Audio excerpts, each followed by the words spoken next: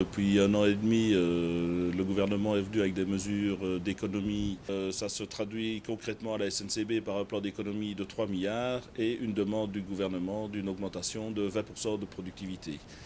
3 milliards d'économies qui s'ajoutent déjà à des mesures d'économie du gouvernement précédent et une augmentation de la productivité qui s'ajoute elle aussi à une productivité qui est sans cesse croissante puisque par l'attrition le nombre d'agents diminue et le service des trains lui a augmenté. Alors comment est-ce que ça se traduit tous les jours? D'une part, les 3 milliards d'économies qui sont à faire, c'est moins d'entretien, moins d'achat de matériel, moins d'investissement, moins de personnel. Et donc ça se traduit directement pour le grand public par la fermeture des gares, par la fermeture des lignes, par du matériel qui n'est pas entretenu, qui tombe plus souvent en panne, par du matériel qui n'est pas nettoyé.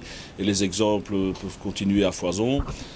Pour le personnel, ça se traduit par un surménage constant. Il faut toujours faire plus avec moins. Le cheminot qui, lui, a à cœur de faire son boulot convenablement est toujours confronté tantôt aux problèmes de moyens financiers, tantôt aux problèmes de moyens humains. Et donc on est toujours à flux tendu, frôlant sans cesse le point de rupture.